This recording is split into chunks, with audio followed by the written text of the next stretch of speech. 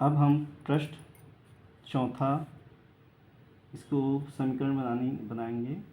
इसमें लिखा है लगातार दो संख्याओं का योग 15 है। लगातार संख्या मतलब होता है जैसे एक के बाद दूसरी संख्या, जैसे एक आया उसके बाद दो आएगा, दो के बाद तीन आएगा, तीन के बाद चार आएगा, ये इस तरह से लगातार होता है। तो इसके लिए हम पहली संख्या x मानेंगे, है ना। उसके बाद दूसरी संख्या हमको माननी है, जैसे प्रश्न चौथा में माना पहली संख्या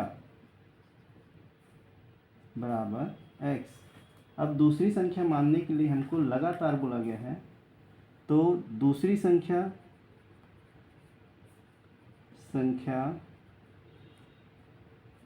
बराबर लगातार मतलब ये होता है कि हमको जैसे एक दिया है ना, एक में अगर हम एक जोड़ दें तो क्या होता है 2। और जैसे कोई भी संख्या है 5 दिया है, 5 क्या लगातार जो संख्या होगी 5 के बाद क्या आती है 6, अगर 5 में हम एक जोड़ दें तो क्या हो गया 6।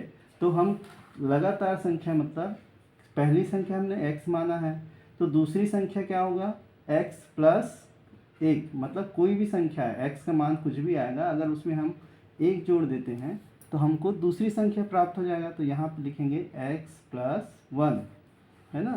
तो ये हो गया हमारे पहली संख्या और ये हो गया दूसरी संख्या। तो इसमें क्या बोला गया है कि दोनों संख्याओं का योग प्रश्न अनुसार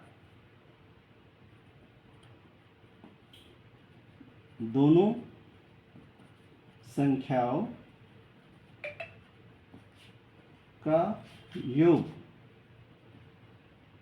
बराबर कितना दिया है 15, है ना। तो 15 हो गया। अब पहली संख्या x धन दूसरी संख्या x धन 1 बराबर 15, तो x और x आपस में जुड़ जाएंगे, तो ये हो गया 2x धन 1 बराबर 15। अब 1 का पक्षांतर करेंगे तो यहाँ पे होगा 2x और बराबर के इस तरफ एक गया, तो यहाँ 15, क्योंकि ये धनात्मक एक धनात्मक है, इधर जाके ऋणात्मक हो जाएगा, तो यहाँ घट जाएगा। तो 2x बराबर 15 में से 1 घटाएंगे तो 14। तो इस प्रकार से हम x का बराबर लिखेंगे 14/2, क्योंकि ये 2 गुणा में है, इधर जाके भाग हो जाएगा। तो ये x बराबर क्या आएगा, यहाँ से काट देंगे तो 2 सत्ते 14, तो 7 बार में 14, तो x का मान कितना निकला 7। अब जांच करने के लिए फिर से जांच x का मान रखेंगे समीकरण में, है ना। तो हमारा समीकरण 2x धन 1 बराबर 15। तो x का मान यहाँ पे रखते हैं, तो 2 गुणित 7 धन 1 बराबर 15, तो 7 दूनी 14 धन 1 बराबर 15, तो ये हो गया 15 बराबर 15। इस तरह से हमारा राइट हैंड साइड